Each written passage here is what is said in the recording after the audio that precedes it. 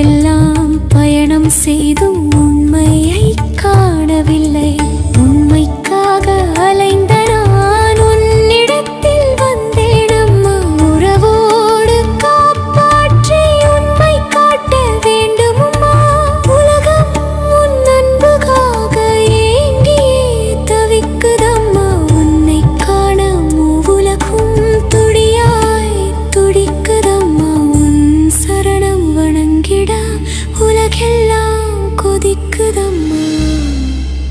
உளம் இறங்கி அன்பு காட்ட தாமதம் வேண்டாமம்மா. ஓம் அமிர்தீஸ்வரி நமக. ஓம் நம சிவாயா. இன்னைக்கு அருள்மொழிகள்ல நம்ம சூப்பரான டாபிக் தான் பார்க்க போறோம். என்ன அப்படின்னா, இன்னைக்கு டே பார்த்தீங்கன்னா 20 ஃப்ரைடே அன்னைக்கு, ஏப்ரல் மந்த்து 1984. ஸோ எல்லாரும் கன்னியாகுமரி ட்ரிப்பில் இருக்கோம். நேற்று என்ன பார்த்தோம், நம்ம கன்னியாகுமரி ட்ரிப்பில் வந்துட்டு மாயி அம்மாவை போய் அந்த பார்த்த சம்பவத்தை வந்து ஒரு பக்தர் ஷேர் பண்ணாரு. ஸோ குரு கொடுக்குற பிரசாதம் ரொம்ப முக்கியம் அப்படின்னு பார்த்தோம் இல்லையா. அதுக்கப்புறம் திரும்பவும் அந்த ஆசிரமத்துக்கு நேற்று காலையில் வந்து இறங்கின அந்த ஆசிரமத்துக்கு, அதே ஆசிரமத்துக்கு அம்மா சாயந்தரம் போனாங்க அப்படின்னு பார்த்தோம் இல்லையா. அதுக்கப்புறம் எல்லாம் ரிட்டர்ன் வந்துடுறாங்க. வந்துட்டு அம்மா வந்து எல்லாரும் தூங்க போங்கன்ட்டு அம்மா பாட்டுக்கு போயிடுறாங்க. ஆனால் யாருக்குமே வந்துட்டு தூங்க போக பிடிக்கலையே, அம்மாவை திரும்ப பார்க்கணும்னு ஒரு ஏக்கத்திலேயே உட்காந்துட்டு இருக்கும்போது அம்மா வந்து திரும்ப கூப்பிட்டாங்க அப்படின்னு நம்ம வந்து சொன்னோம். அதுல நான் கூட சொல்லியிருந்தேன், எப்படி அம்மா வந்து தனிமையை விரும்பினாங்க, எனக்கு அது என்னால் அதை ஏத்துக்க முடியல அப்படின்னு நான் உங்ககிட்ட சொல்லியிருந்தேன். ஸோ இப்போ என்ன சம்பவம் நடக்குது அப்படின்றத இப்போ பார்க்க போறோம். அதாவது இப்போ அம்மா வந்து எல்லாரையும் கூப்பிட்டுட்டாங்க நைட்டு. இது வந்து 20ஆம் தேதி ஒரே நாள் தான் இது நடந்துகிட்டு இருக்கு. நைட்டு இப்போ எல்லாரும் வந்து உட்கார்ந்தாச்சு. ஓகேவா. இப்போ அம்மா என்ன பண்றாங்க, பேச ஆரம்பிக்கிறாங்க. அம்மா வந்து சொல்றாங்க, வேணும்னா போய் ரெஸ்ட் எடுங்கப்பான்ட்டு. அப்போ அதுக்கு ஒரு பக்தர் பதில் சொல்றாரு, அதை பார்க்கலாம். டாபிக் பேரு என்ன அப்படின்னா, குரு வழங்கும் நுட்பமான உணவு. பக்தர் அம்மாவிடம் கூறினார், அம்மா, நாங்கள் பசியால் வாடுகின்ற குழந்தைகள். அம்மா சாப்பிட எங்களுக்கு ஏதாவது கொடுங்கள். பசியால் நாங்கள் வாடும்போது எப்படி படுக்க சொல்ல முடியும்? இங்கே நீங்கள் உணவு தரப்போகும் நேரத்தில் அங்கே போய் படுத்தால் எங்களுக்கு எப்படி தூக்கம் வரும் அப்படின்னு ஒரு பக்தர் கேட்கிறாரு பாருங்க. ஏன்னா அம்மா வந்து போய் பசிக்குதுன்னா சாப்பிட்டு போய் படுங்கப்பா அப்படின்னு நேற்று சொன்னாங்க. நம்ம அந்த நேற்று இல்லை, இன்னைக்கு தான் சொல்றாங்க. நம்ம நேற்று இந்த கான்செப்ட்ல பார்த்தோம். ஓகேவா, சொன்னாங்க. ஸோ அந்த பக்தர் என்ன பண்றாரு, அம்மா கிட்ட கேள்வி கேட்கறாங்க, நாங்க பசியில இருக்கும்போது எங்களை போய் தூங்க சொல்றீங்களே, எப்படிமா, நீங்க தானே எங்களுக்கு உணவு கொடுக்கணும் அப்படின்னு ஒரு பக்தர் சொல்றாரு. அம்மா, இது மிக நுட்பமான உணவு.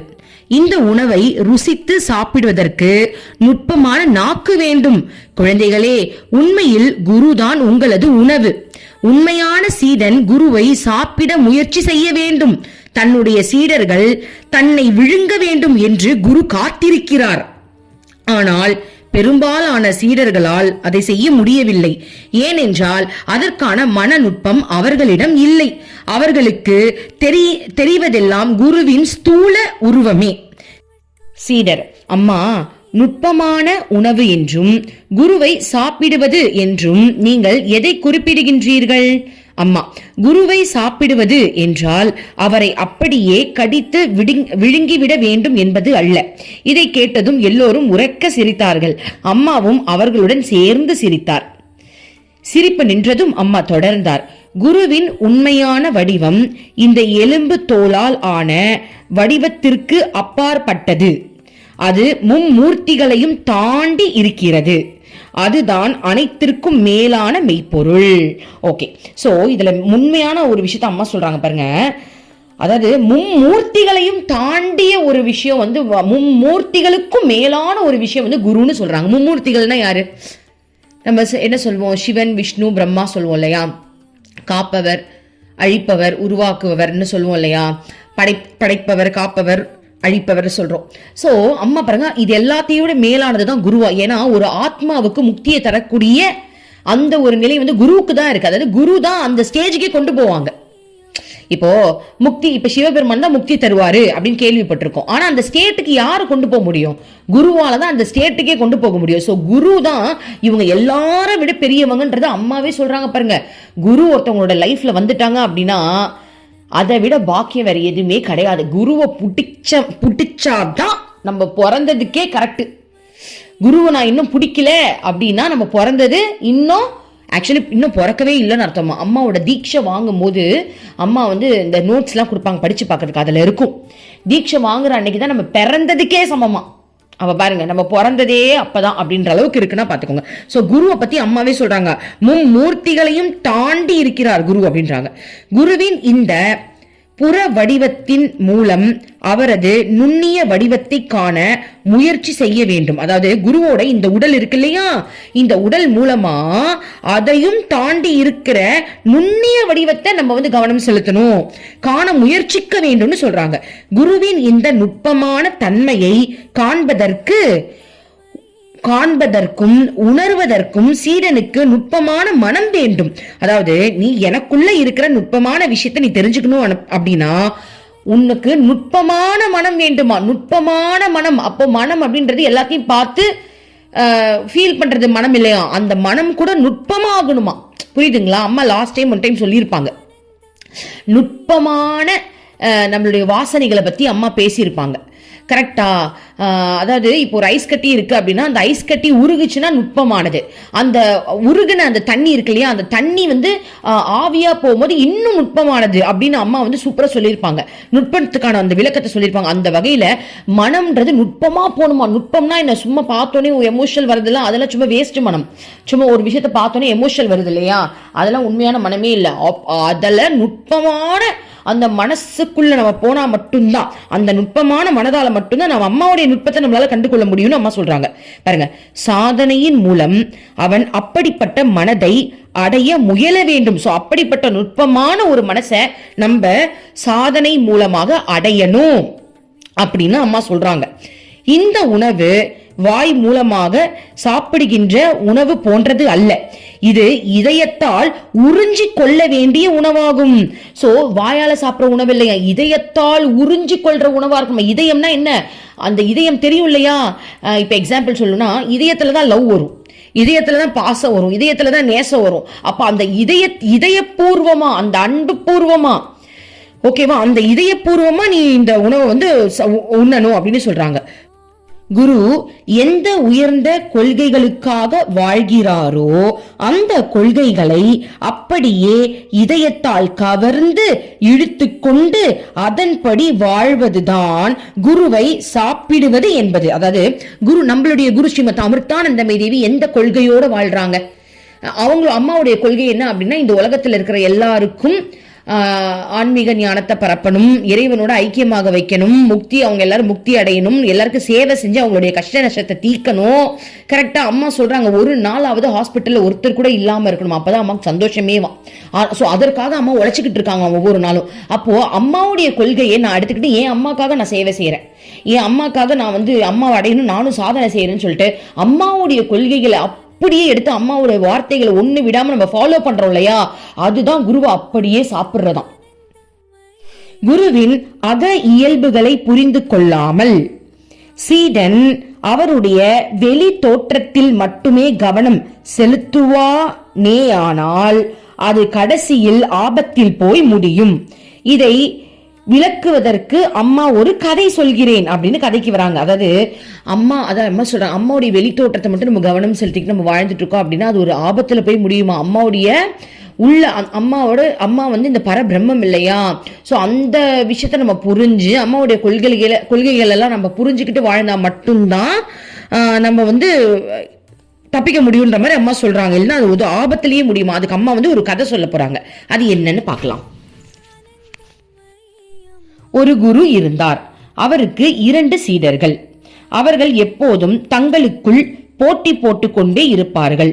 ஒரு நாள் குரு ஓய்வாக இருந்தபோது அவர்களை அழைத்தார். படுத்துக் கொண்டிருந்த அவர் சீடர்களில் தன் கால்களை பிடித்து விடும்படி கூறினார். 2 பேரும் ஆளுக்கு ஒரு பக்கத்தில் உட்கார்ந்தார்கள். முதல் சீடன் 2வது சீடனை பார்த்து, இங்கே பார், இந்த வலது கால் என்னுடையது, இடது கால் உன்னுடையது என்று கூறி, என்ன சம்மதமா என்றான். அதற்கு 2வது சீடன், சம்மதமே, ஆனால் உன் இடத்தில் மட்டும் நீ இருந்து கொள், என் இடத்திற்குள் வந்து நுழையாதே, நான் இடது காலை பிடித்து விட்டு கொண்டிருக்கிறேன், நீ ஆக்கிரமிப்பு செய்யக்கூடாது என்றான். அதற்கு மற்றொரு சீடன், நானும் எனக்கு சொந்தமான குருவின் வலது கால் உன் பக்கம் வராமல் பார்த்துக் கொள்கின்றேன். அதே போல் நீயும் உனக்கு சொந்தமான இடது காலை என் பக்கம் வரவிடக் கூடாது என்றான். இவ்வாறு சொல்லிவிட்டு இருவரும் குருவின் கால்களை பிடித்துவிட ஆரம்பித்தார்கள். பாவம் வந்த குரு, அவருக்கு சீடர்கள் இவ்வாறு தன்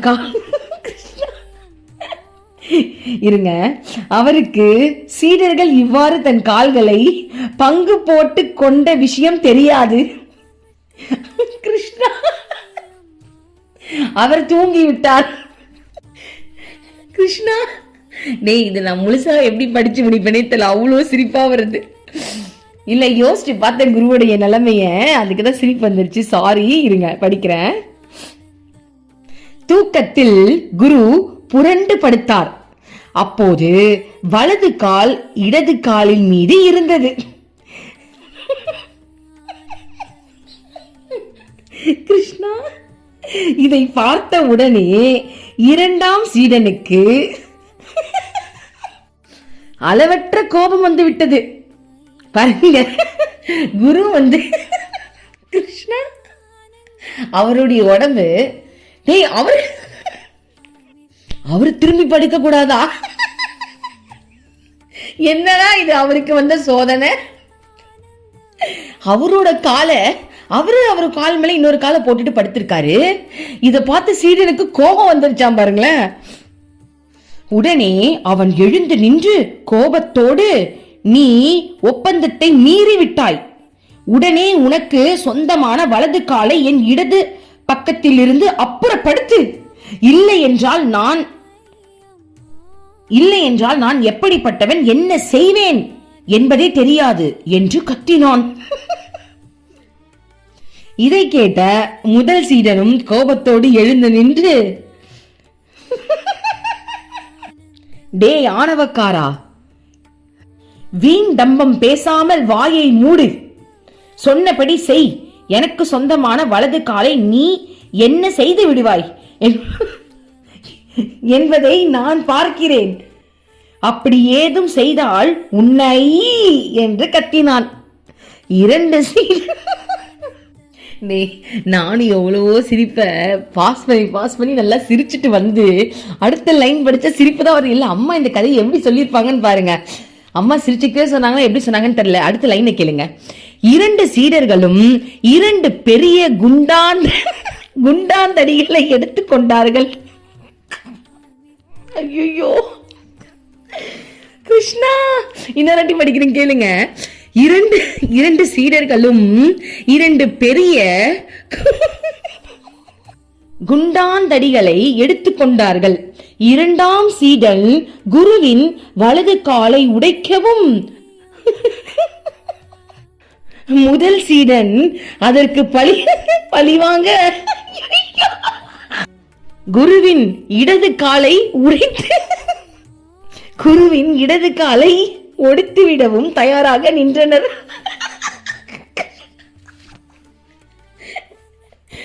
ஏமா இப்படிலாம் கதை சொல்ற கிருஷ்ணா? இருங்க, ஃபர்ஸ்ட்ல இருந்து படிக்கிறேன். இந்த வாட்டி சிரிக்காம படிக்கணும். இரண்டு சீடர்களும் இரண்டு பெரிய குண்டாந்தாடிகளை எடுத்துக்கொண்டார்கள். இரண்டாம் சீடன் குருவின் வலது காலை உடைக்கவும் முதல் சீடன் அதற்கு பழிவாங்க குருவின் இடது காலை ஒடித்துவிட தயாராக நின்றனர். இவர்கள் போட்ட கூச்சலில் குரு விழித்துக் கொண்டார்.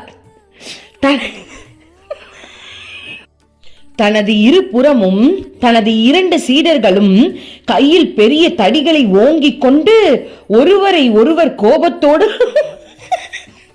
பார்த்து சீறிக் கொண்டிருப்பதை கண்டார். திடுக்கிட்டு போன அவர், என்ன நடந்தது? இரண்டு பேரும் என்ன செய்கின்றீர்கள் என்று கேட்டார். அதற்கு இருவரும் அவரிடம்,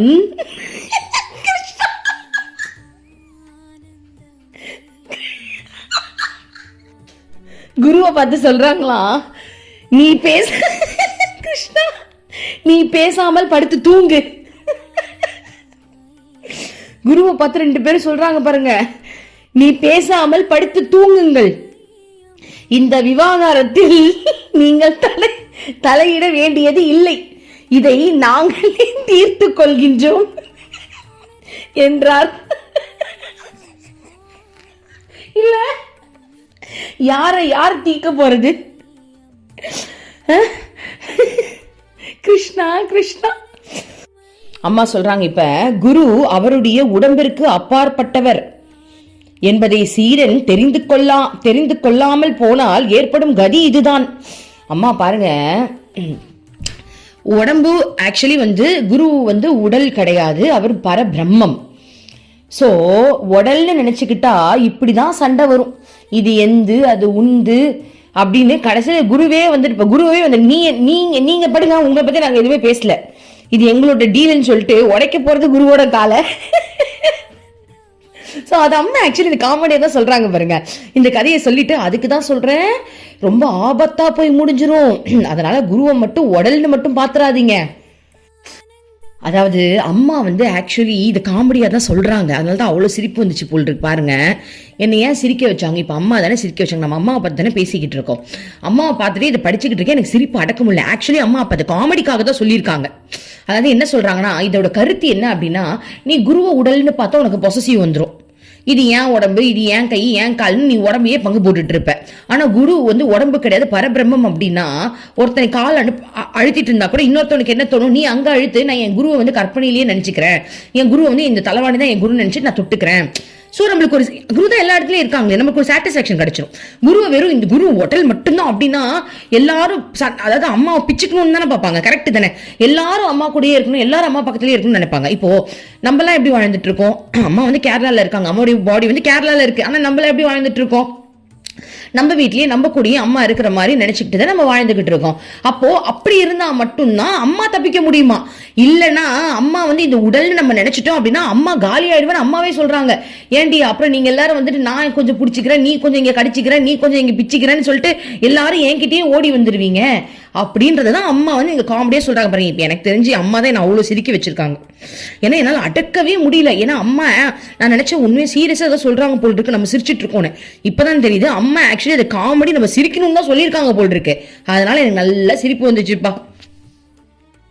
இப்ப அம்மா சொல்றாங்க, குருவின் உண்மையான இயல்பை அறிந்து கொள்ள சீடன் மிகவும் கடினமான சாதனைகளை செய்ய வேண்டும். அவருடைய அடிப்படை இயல்பு இந்த கண்களால் காணும் உடலிலிருந்து முற்றிலும் மாறானது. குருவின் இயல்பை அறிய சீடனுக்கு மிகுந்த மன நுட்பம் தேவை.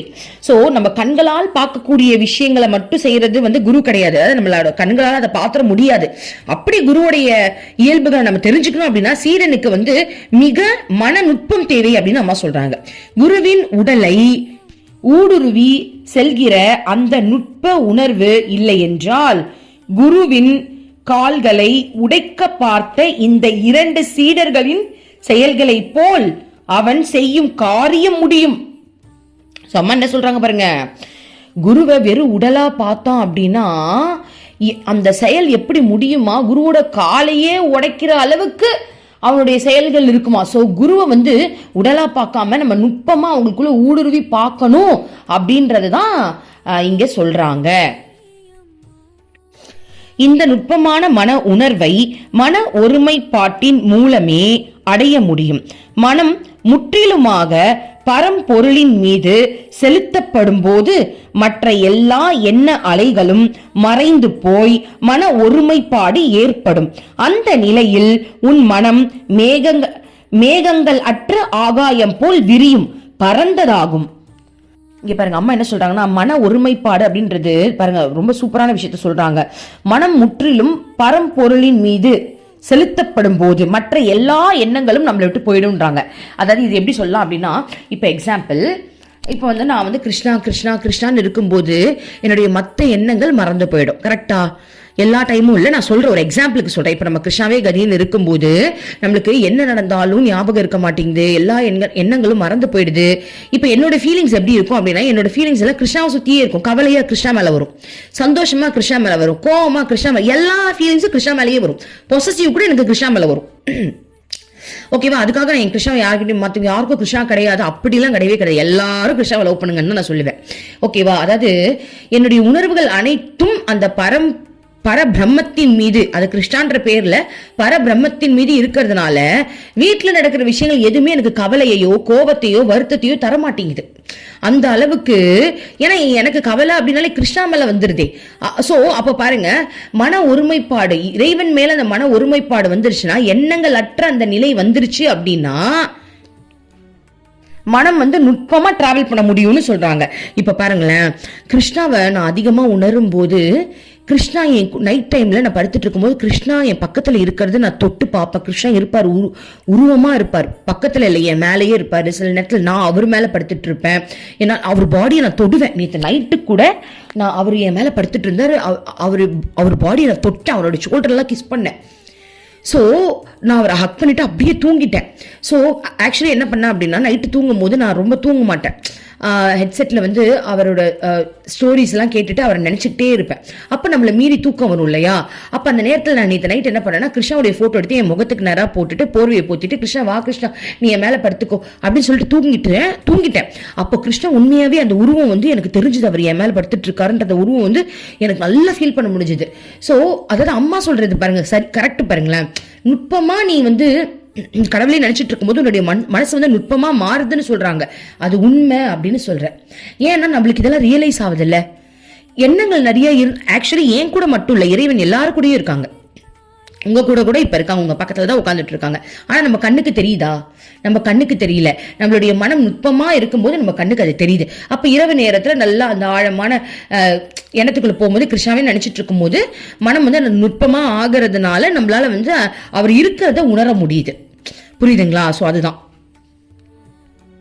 குரு.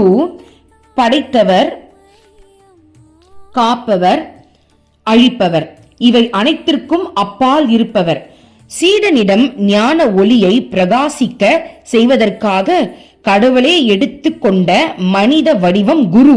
சீடனுக்குள் ஆன்மீக விதையை விதைப்பதன் மூலம் அவர் சீடனை அறியாமையிலிருந்து விழித்து எழ செய்கிறார்.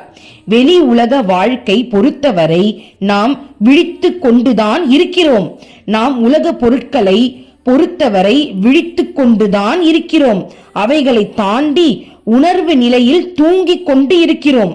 இந்த நிலையை அறிந்த ஒருவர் இந்த அறியாமையிலிருந்து நாம் மறுபடியும் விழிப்பது எப்படி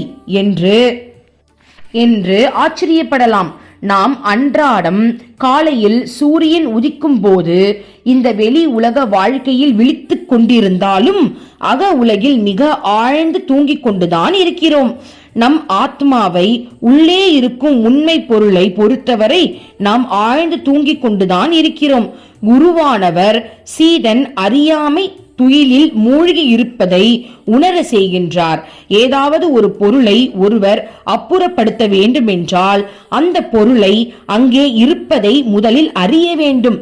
குரு சீடனிடம் இருக்கும் அறியாமையை அவன் அறியும்படி செய்கிறார். இதை செய்த பிறகு அவர் அந்த சீடனின் அறியாமையை நீக்குவதற்காக ஆத்ம சாதனைகளை பயில செய்கின்றார். இன்னும் தெளிவாக சொன்னால், குரு சீடனை அறியாமை என்னும் தூக்கத்திலிருந்து விழித்தெழ வைக்கின்றார். அவன் தனக்குள் மிக ஆழ்ந்து உறங்குவதை உணரும்படி செய்கின்றார். அதாவது இந்த பூமியை பொறுத்த வரைக்கும் நம்ம முழிச்சிட்டு இருக்க மாதிரி நம்மளுக்கு ஃபீல் ஆகுதான், இந்த பொருளை பொறுத்த வரைக்கும் நம்ம முழிச்சிட்டு இருக்க மாதிரி ஃபீல் ஆகுதான். ஆனா ஆக்சுவலி நம்ம உணர்வு நிலையில தூங்கிக்கிட்டு தான் இருக்கோமா. புரியுதுங்களா? அம்மா சொல்றாங்க பாருங்க, நம்ம அவைகளை தாண்டிய உணர்வு நிலையில் நாம் தூங்கிக் கொண்டுதான் இருக்கிறோம். இந்த நிலையை அறிந்த ஒருவர் இந்த அறியாமையில் இருந்து நம்மை மறுபடியும் விழிப்பது எப்படி அப்படின்னு நம்மள அதுல இருந்து வெளில கொண்டு வராங்களாம். இப்ப அம்மா சொல்றாங்க, அவனை கடினமான ஆன்மீக பயிற்சியில் ஈடுபடுத்துவதன் மூலம் அவனுக்குள் இருக்கும் ஆன்மீக சக்தியை வெளியே கொண்டு வருகிறார். குரு சீடனோடு கூடவே இருந்து அவனுடன் காரியங்கள் செய்தபடியே சீடனின் அகங்காரமாகிய ஓட்டை உடைக்கிறார். இவ்வாறு குரு அறியாமையை அழிப்பவராக ஆகிறார். ஒரு சத்குரு அணுவுக்குள் அணுவாக விளங்கும் நுட்பமான தெய்வீக வடிவானவர். சீடனும் குருவை போல நுட்பமான தெய்வீக நிலையை அடையும் போதுதான் சத்குருவோடு தனக்குள்ள ஒருமையை அவன் உணர்கிறான். சத்குருவோடு தனக்குள்ள ஒருமையை அவன் உணர்கின்றான். அதாவது அணுவுக்குள் அணுவாக விளங்கும் நுட்பமான தெய்வீக வடிவானவர், ஒவ்வொரு அணுவுக்குள்ளேயும் இருக்கக்கூடியவரா சத்குரு. அப்போ அதே நிலையை ஒரு சீடன் எப்ப அடைகிறானோ அப்பதான் தனக்குள் ஒருமையை, சத்குருவோடு தனக்குள் ஒருமையை அவன் உணர்கின்றான். அப்பதான் சத்குருவும் நம்மளும் ஒண்ணு அப்படின்ற அந்த உணர்வை அவனால உணரவே முடியுமா. அம்மா சிறிது நேரம் அமைதியாக இருந்தார். அவரை சுற்றி அமர்ந்திருந்த அனைவரும் நில ஒளியில் அம்மாவின் முகத்தை கண்டார்கள். வானில் நிலவின் பால் போன்ற ஒளி பொங்கி பூமியின் மீது வீசிக்கொண்டு இருந்தது. அந்த ஒளியில் பூமியின் மீதிருந்த ஒவ்வொரு பொருளும் தெளிவாக தெரிந்தன. தன் குளிர்ந்த நில ஒளியால் பூமி முழுவதையும் நிலவு வசீகரித்து கொண்டு இருந்தது.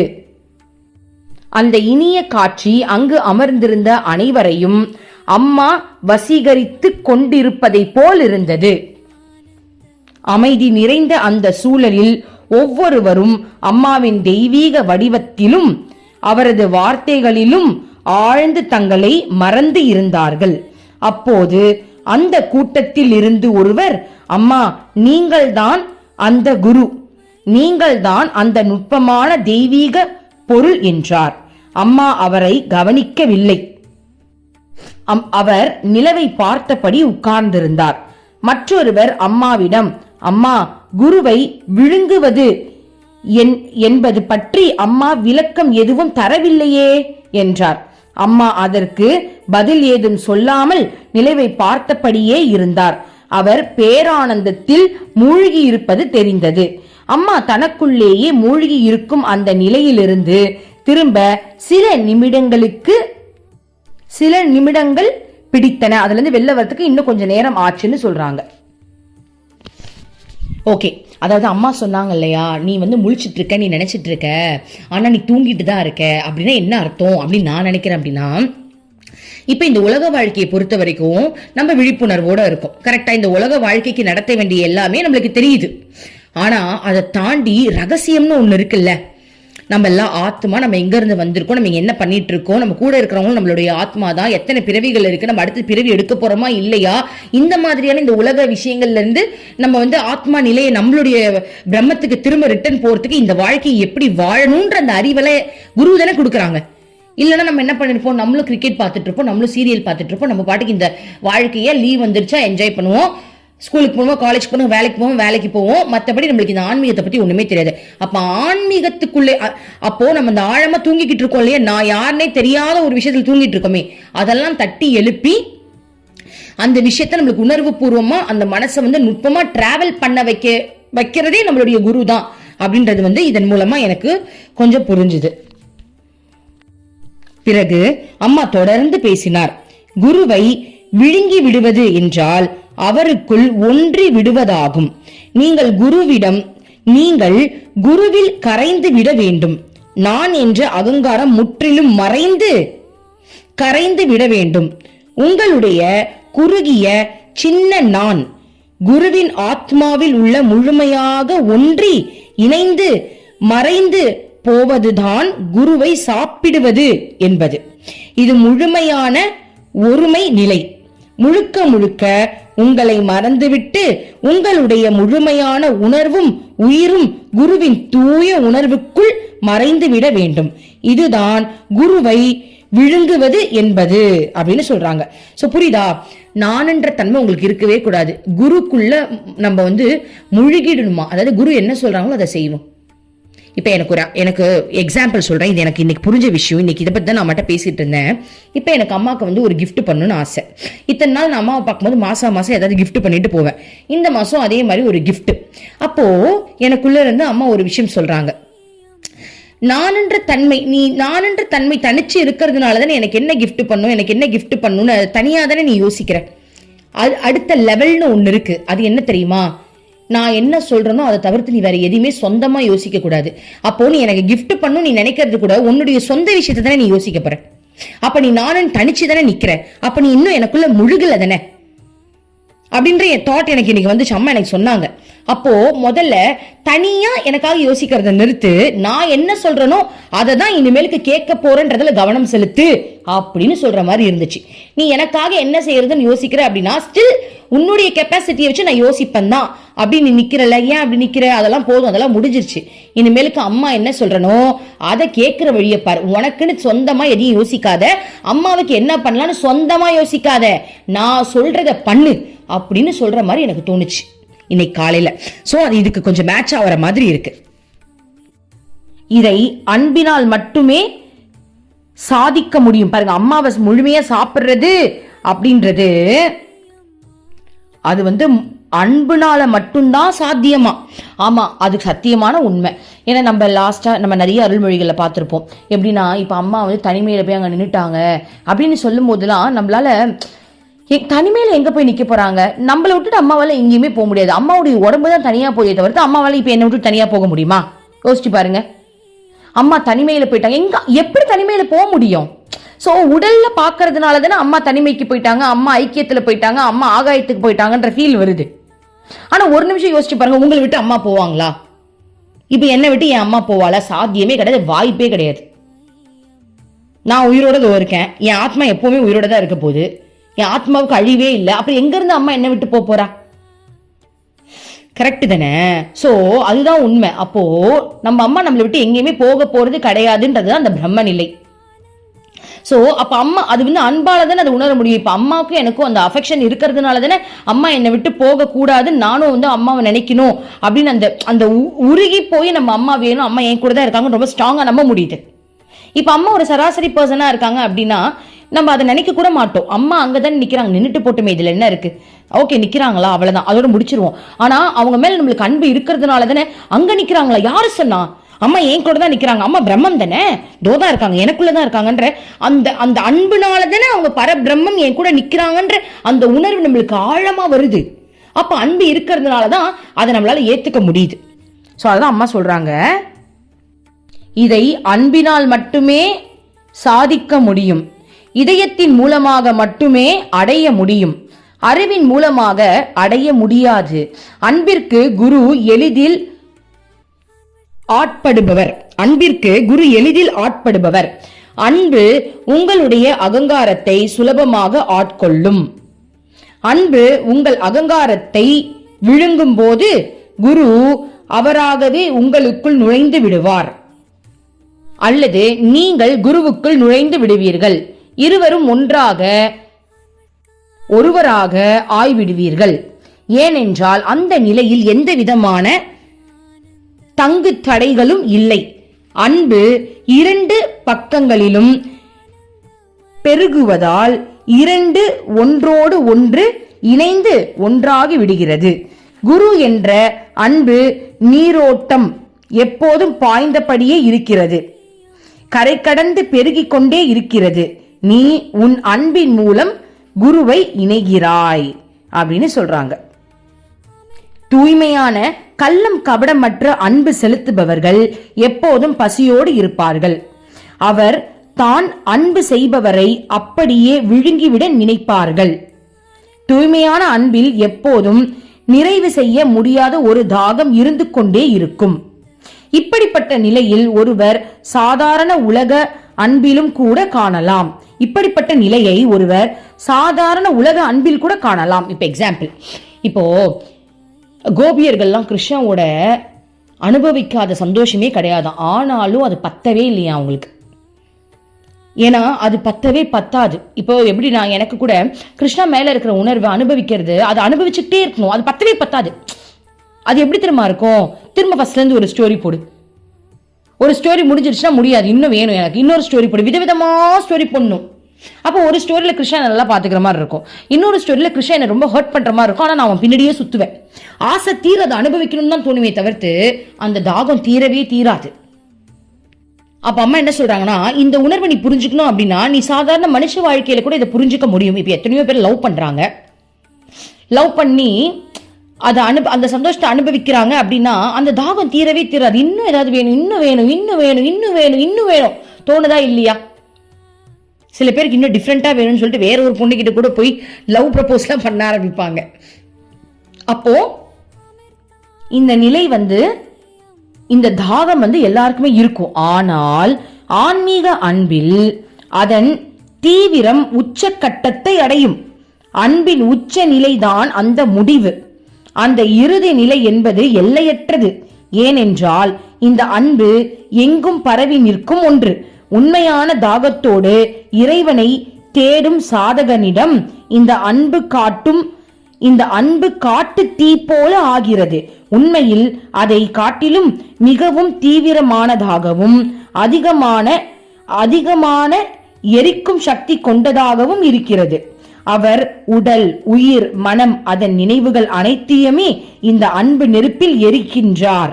அந்த ஒளிமயமான பெரு நெருப்பில் அவர் எரிக்கப்பட்ட பிறகு குருவுடன் முழுமையாக ஒன்றுதல் நிறைவேறப்படுகிறது. சோ அதாவது அப்படிப்பட்ட ஏக்கம் வருமா, அப்படிப்பட்ட ஏக்கத்துல அந்த ஏக்கம் உச்ச நிலையில இருந்துகிட்டே இருக்குமா. அது தூய்மையான அன்புலதான் அந்த ஏக்கமே வரும்னு சொல்றாங்க. அந்த ஏக்கம் காட்டுத்தீ போல எரியுமா.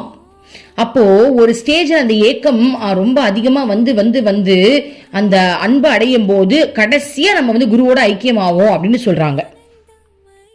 இப்ப அம்மா எக்ஸாம்பிள் சொல்றாங்க. நீங்கள் சாப்பிடும் போது என்ன நடக்கிறது? ஜீரணம் என்னும் செயல் உண்ணும் உணவை செரிக்க வைக்க அந்த உணவை உடலுடன் ஒன்று செய்கிறது. அது உங்கள் உடலாக மூளையாக மனமாக அறிவாக மாறிவிடுகிறது. அதே போல் உங்கள் குருதான் உங்களுடைய ஆன்மீக உணவு. முடியுமானால் அந்த உணவை சாப்பிடுங்கள்.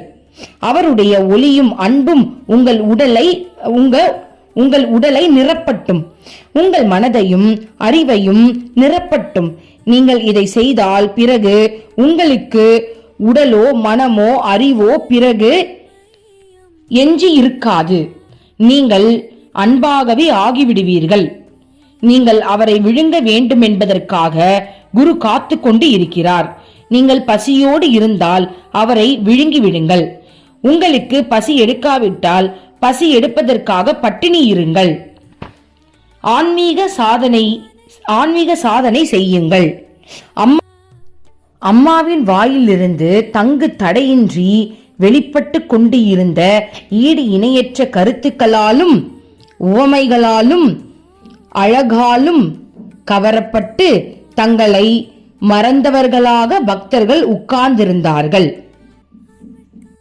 சோ இப்ப பாருங்க, அம்மா என்ன சொல்றாங்க அப்படின்னா, குருவை முழுமையா சாப்பிடுறது அப்படின்றது என்ன பொறுத்த வரைக்கும் முழுமையான சரணாகதி அடைஞ்சு எனக்குன்னு ஒண்ணுமே சொந்த கருத்து கூட எந்த கிடையாது, எல்லாமே குருவோடது தான் அப்படின்ற அந்த எண்ணத்துக்குள்ள முழுகி எல்லாத்துக்குமே அம்மா தான் அப்படின்ற நிலையில நம்ம இருக்கும்போது நம்ம கொஞ்சம் கொஞ்சமா முழுகும். இப்போ இதெல்லாம் கேட்கும் போது நம்மளுக்கு ஒரு கன்ஃபியூஷன் வரும். ஐயோ நம்ம எல்லாம் எப்படி இதுல டிராவல் பண்ண போறோம், என்ன பண்ண போறோம், என்னென்னமோ சொல்றாங்களேன்னு ஒரு தாட் வரல. அதுக்கெல்லாம் நீங்க கவலைப்படவே வேண்டாம். ஏன்னா அம்மா வாயில சொல்றாங்க, ஜஸ்ட் இது ஒரு தியரி. நமக்கு பிராக்டிக்கலா அம்மாவே நடத்தி வச்சிருவாங்க. அதற்கான தேவையான பிராக்டிக்கலை அம்மாவே நம்மளை அறியாமையே கொடுத்து ஒரு ஸ்டேஜ்ல நம்ம அவங்களுக்குள்ள நுழைஞ்சிருக்கோன்றது நமக்கே தெரியாது.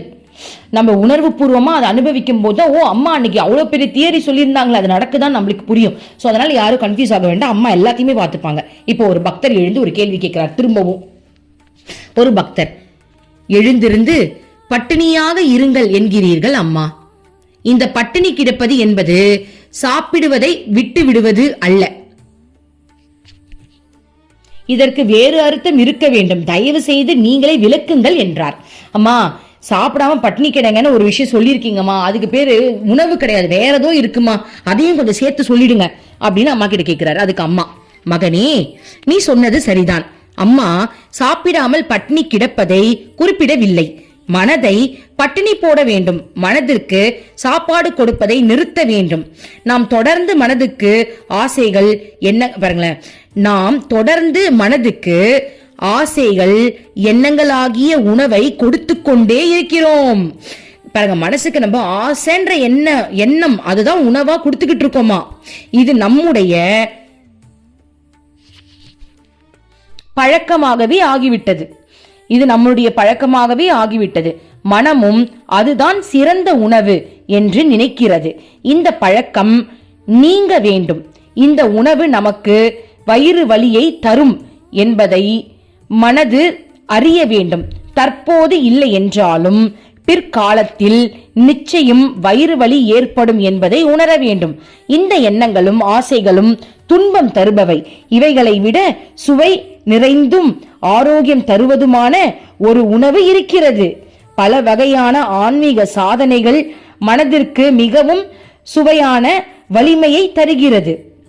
ஒரு முறை நீங்கள் இந்த உணவை சுவைத்து விட்டால் பிறகு கடவுளின் பெயரை சொல்லுவது, ஜபம், தியானம் போன்ற பல வகையான ஆன்மீக உணவுகளை உங்கள் மனதிற்கு தொடர்ந்து ஊட்டிக்கொண்டே இருப்பீர்கள். இந்த உணவுகளால் ஆன்மீக பசி கொஞ்சம் கொஞ்சமாக அதிகமாகி அடங்கவே முடியாத கொடூர பசியாக மாறிவிடும். அப்போது நீங்கள் கடவுளை அப்படியே விழுங்கிவிட விரும்புவீர்கள். அதை அடைவதற்கு மனதை பட்டினி போடுங்கள். உலக ஆசைகளையும் எண்ணங்களையும் அழிப்பதை நிறுத்தி வைத்து மனதை பட்டினி போடுங்கள். அதாவது அடைவதை நிறுத்திவிட்டு உலக ஆசைகளையும் எண்ணங்களையும் இது எல்லாத்தையும் ஸ்டாப் பண்ணிட்டு மனசை பட்டினி போடுங்கன்னு சொல்றாங்க. அம்மா இதை சொல்லிவிட்டு சிறிது நேரம் அமைதியாக இருந்தார்.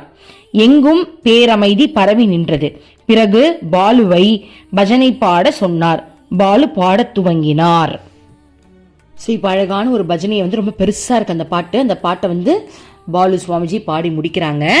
பாட்டு முடிந்தது. இப்பொழுது இரவு 11 மணி. குழந்தைகளே, எல்லோரும் படுக்க செல்லுங்கள் என்று அம்மா கூறுகின்றார். பக்தர்கள் எல்லோரும் அம்மாவின் திருவடிகளை வணங்கி எழுந்து தங்கள் அறைக்கு செல்கின்றார்கள். காயத்ரி, இப்ப அம்மா சொல்றாங்க, அம்மா காயத்ரியோடு மேலும் நீண்ட நேரம் அந்த வேப்ப மரத்தடியிலேயே உட்கார்ந்திருந்தார். காயத்ரியின் மடியில் தலை வைத்து கால்களை நீட்டி படுத்துக் கொண்டார். நடுவு இரவான போது எழுந்து காயத்ரியுடன் தமது அறைக்கு சென்றார். அம்மாவிடம் விடை பெற்று உறங்குவதற்காக வந்த பிரம்மச்சாரிகள் சிலர் படுத்து உறங்கவில்லை. தங்கள் படுக்கையில் அமர்ந்து கொண்டு அம்மா அன்று பேசியதை பற்றி விவாதிக்க ஆரம்பித்தார்கள். பின்னிரவில் தூங்கிய அவர்களுடைய விவாதம் ஒரு வழக்காக மாறியது. அம்மாவின் ஆழ்ந்த ஞானம் நிறைந்த வார்த்தைகளை ஒவ்வொன்றுக்கும் ஒவ்வொருவரும் தங்கள் மனதில் தோன்றிய ஒவ்வொரு விளக்கத்தை கூறினார்கள். உற்சாகம் நிறைந்த அந்த வாதம் தொடர்ந்து கொண்டே இருந்தது. அப்போது அந்த அறையில் கதவு தட்டப்பட்ட சத்தம் கேட்டது. நேரம் இரவு 1:30 மணிக்கு மேலாகிவிட்டது. இந்த நேரத்தில் யார் கதவை தட்டுகிறார்கள் என்று எல்லோரும் ஆச்சரியத்தோடு பார்த்தார்கள். அந்த விடுதியின் காவல்காரர் அல்லது காப்பாளர்களாக இருக்கணும் என்று நினைத்து கதவை திறந்தார்கள். அங்கே அம்மா நின்று கொண்டு இருந்தார். அவர்களுக்கு பின்னால் சற்று தள்ளி காயத்ரியும் நின்றார். அதை கண்டு எல்லோரும் ஆச்சரியமுடன் அச்சமும் அடைந்தனர். அம்மாவின் பார்வையில் கோபம்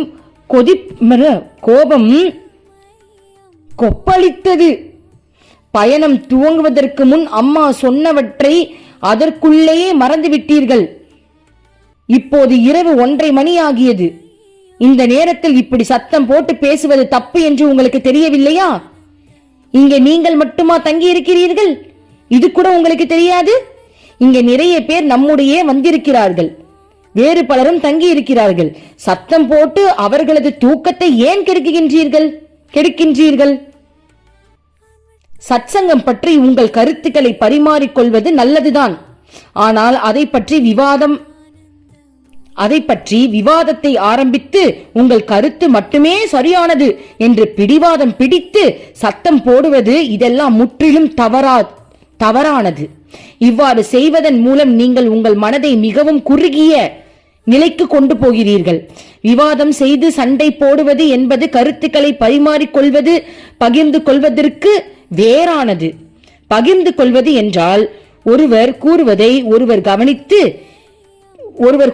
ஒருவர் கவனித்து கேட்பது, சிந்தித்து பேசுவதும் கருத்துக்களை சொல்வதும் ஏற்றுக்கொள்வதுமாக இது உங்களிடம் பரந்த மனப்பான்மையை வளர்க்கும். சோ டிஸ்கஷன் அப்படின்றது நீ இப்ப சொல்ற அப்படின்னா சில விஷயங்கள் அவங்க அக்செப்ட் பண்ணுவாங்க, அவங்க சில விஷயங்கள் சொல்வாங்க, அதை நீ அக்செப்ட் பண்ணுவ. சோ ரெண்டு பேரும் சேர்ந்து ஒரு விஷயத்த சந்தோஷமா பேசுறது வேற. நான் சொல்றதுதான் கரெக்ட்னு இப்படி புடிவாதம் பிடிச்சிட்டு இருந்தா அதெல்லாம் தப்புன்னு அம்மா சொல்றாங்க. அம்மா சொன்னபடி செய்தால் இது உங்களிடம் பரந்த மனப்பான்மையை வளர்க்கும். இது நீங்கள் வளர்வதற்கு துணை செய்யும். இதில் எந்த விதமான தவறும் இல்லை, தீமையும் இல்லை. ஆனால் தர்க்கம் செய்யும் போது நீங்கள் பிறர் சொல்வதை கவனிப்பதே இல்லை. உங்கள் கருத்து மட்டுமே வலியுறுத்துவீர்கள். மற்றவர்கள் சொல்வது சிறந்த கருத்தாக இருந்தாலும் அதை கேட்பதே இல்லை. இவ்வாறு செய்வதன் மூலம் நீங்கள் உங்களை குறுக்கிக் கொள்கின்றீர்கள், சின்ன அடைப்புக்குள் அடைத்துக் கொள்கின்றீர்கள். இது ஆபத்தானது. அதோடு அம்மா சொன்னவை அனைத்தும் சிந்திப்பதற்கும் தியானிப்பதற்கும் உரியவை, வாதிப்பதற்கும் சண்டையிடுவதற்கும் உரியது அல்ல. அது நடைமுறையில் செயல்படுத்துபவர்க்கே அன்றி அலசி ஆராய்வதற்கு அல்ல. அதாவது அம்மா சொன்னது எல்லாமே செயல்படுத்துறதுக்கு தானே தவிர்த்து அலசி ஆராய்ச்சி பண்றதுக்கெல்லாம் கிடையாது. உங்கள் அறிவால் துண்டு துண்டாக வெட்டி கூறு போடுவதற்காக அல்ல.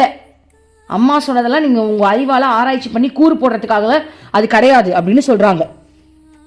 இவ்வாறு பேசிவிட்டு அம்மா அங்கிருந்து சென்று விட்டார். பக்தர்களும் பிரம்மச்சாரிகளும் தங்கள் செயலுக்காக மிகவும் வருந்தினார்கள். அவர்கள் யாரும் ஒன்றும் பேசவில்லை. விளக்கை அணைத்துவிட்டு படுத்தார்கள். சில நிமிடங்கள் கழித்து மறுபடியும் கதவு தட்டும் சத்தம் கேட்டது. படுத்திருந்த அனைவரும் உடனே படுக்கையிலிருந்து துள்ளி எழுந்து விளக்கை போட்டுவிட்டு கதவை திறந்தனர். வெளியே அம்மா நின்று கொண்டு இருந்தார். இப்போது அம்மாவின் முகத்தில் கனிவான புன்னகை தவழ்ந்து கொண்டு இருந்தது. அவர்களை பார்த்து அம்மா அன்போடு கூறினார், குழந்தைகளே, கடிந்து பேசிவிட்டு சென்றதும் அம்மாவால் அறையில் இருக்க முடியவில்லை. மனம் அமைதி இல்லாமல் தவித்தது. குழந்தைகளே, உங்களை அம்மா திட்டியதற்காக வருத்தப்படுகின்றீர்களா? எல்லோரும் சேர்ந்து ஒரே வார்த்தையில் இல்லை அம்மா, இல்லை, கொஞ்சம் கூட வருந்தவில்லை என்றார்கள். ஒரு பக்தர் அம்மாவிடம், அம்மா, நாங்கள் தான் தவறு செய்தோம். சத்தம் போட்டு இந்த நள்ளிரவு நேரத்தில் அப்படி பேசியிருக்க கூடாது. அம்மா, நாங்கள் ஒன்றும் அறியாத குழந்தைகள் என்று சொல்லிவிட்டு அழ ஆரம்பித்து விட்டார். மிகுந்த அன்போடு அம்மா அந்த பக்தரையும் மற்றவர்களையும் தேற்றினார். தன் கையில் வைத்திருந்த வாழைப்பழத்தை சிறு சிறு துண்டுகளாக எல்லோருக்கும் ஊட்டினார். பிறகு ஆறுதலாக சில வார்த்தைகள் பேசினார். குழந்தைகளே, வருந்தாதீர்கள். உங்களுக்கு எது நல்லதோ, உங்களை ஆன்மீகத்தில் எவை வளர்க்குமோ அவைகளை மட்டுமே அம்மா செய்வேன். அம்மாவால் அதற்கு மாறாக எதையும் செய்ய முடியாது. அம்மாவுக்கு தன் குழந்தைகளிடம் இதை செய்வதற்கான சுதந்திரம் இருப்பதாக நினைக்கிறேன். அதனால் நீங்கள் தவறு செய்யும் போது உங்களை திருத்தாமல் இருக்க அம்மாவால் முடியாது. ஏனென்றால் நீங்கள் அதை சரியாக புரிந்து கொண்டு நன்மை அடைவீர்கள் என்று அம்மா நம்புகின்றேன். அம்மா உங்கள் எல்லோரையும் சொந்தம் என்று நினைக்கிறேன். நீங்களும் அப்படியே எண்ண வேண்டும். அப்போது உங்களுக்கு எந்த விதமான வருத்தமோ மனக்கொதிப்போ ஏற்படாது. அவருடைய வார்த்தைகளில் மிகுந்த ஆறுதலையும் அன்பையும் நிறைத்தது. பிரம்மச்சாரிகளும் பக்தர்களும் அந்த அன்பில் கரைந்து தங்கள் கண்ணீரை கட்டுப்படுத்த முடியாமல் அழுதார்கள். அம்மா சென்ற பிறகு தங்கள் படுக்கையில் படுத்தபடி அம்மா தங்களிடம் கொண்டுள்ள கள்ளம் கபடமற்ற காரணமே இல்லாத எல்லையற்ற அன்பை எண்ணி கண்ணீர் சிந்தினார்கள். எல்லோருமே அம்மா தங்களை தட்டி அணைத்து உறங்க வைத்ததாக நினைத்தார்கள். அதாவது பாருங்க, இது படிக்கும் போது எப்படி இருக்கு தெரியுமா? கடவுள், அம்மா கடவுள் தான் குழந்தைங்களுக்கு சொல்ல வேண்டியதை சொல்லிட்டு போயிட்டாங்க. அதுக்கப்புறம் ஒரு கடவுளுக்கு மனசு தாங்க முடியல பாருங்களேன். அப்ப அவங்க வருத்தப்படுறத அம்மாவால தாங்கிக்க முடியல அப்படின்னா அம்மா கூட இருக்கிறவங்கள அம்மா எந்த அளவுக்கு நோட் பண்றாங்க, எந்த அளவுக்கு காப்பாத்துறாங்க பாருங்க. அப்ப அதாவது மனசு அவங்க கஷ்டப்பட்டதே அம்மாவால தாங்க முடியலன்னா அம்மா அவங்களை வேற ஏதாவது விஷயத்துல விட்டுருவாங்களா? நம்மளும் அவங்களும் ஒண்ணுதான் அம்மாவுக்கு. செம்மையா இருக்குல்ல. இதே மாதிரிதான் ஒன் டைம் அம்மா என்ன ஒரு மாதிரி ஹர்ட் பண்ணி வீட்டுக்கு அனுப்பிட்டாங்க. நான் ரொம்ப மனசு உடஞ்சி அம்மாவை நினைச்சு அழுதுகிட்டே வீட்டுக்கு வந்தேன். வீட்டுக்கு வந்தோடனே நேரில் வீட்டுக்கு வந்துட்டாங்க. அம்மா வந்து அப்படியே பெட்ரூம்ல அப்படியே என் பெட்ல வந்து உட்காந்துட்டாங்கன்னு வச்சுக்கோங்க. ஸோ அந்த மாதிரி சம்பவம் நடந்துச்சு. ஸோ அம்மாவால் அதை தாங்க முடியல. அப்போ அதாவது இதெல்லாம் ஒரு பெரிய பாக்கியம். அப்போ இதுவே அம்மாவால் தாங்க முடியலையே, நம்மளுக்கு வேற ஏதாவது பிரச்சனைனா அம்மாவால் தாங்க முடியுமா? யோசிச்சு பாருங்க. ஸோ அதான் தாய் உள்ளம். அம்மா நம்மளை நல்லா பார்த்துப்பாங்க. நம்ம அம்மாவை நம்புனா போதும். ஓம் அமிர்தீஸ்வர நமः. ஓம் நம சிவாயா. மனமே உனக்கு சொந்தம், ஒருவரும் இல்லை என்ற உண்மையை ஒரு நாளும் நீ மறந்திடாதே.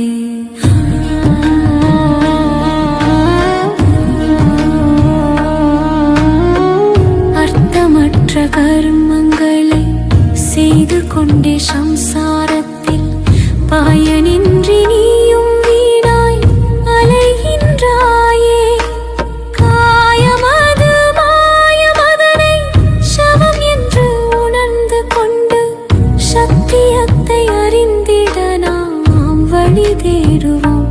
நிலையில்லா உலகினை நிஜமென்று எண்ணிடாதே. மெய்ப்பொருளாம் அந்த சக்தி என்றும் ஒன்றுதான்.